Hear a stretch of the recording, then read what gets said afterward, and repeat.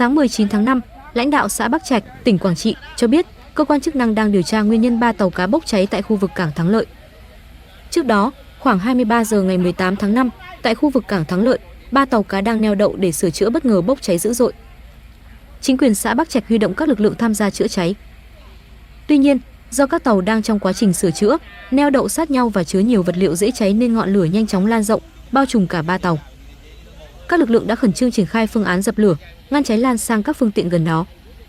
Đến 0 giờ 30 phút sáng 19 tháng 5, đám cháy cơ bản được khống chế. Hiện nguyên nhân vụ cháy vẫn đang được cơ quan chức năng điều tra, song nhận định ban đầu có thể do chập điện.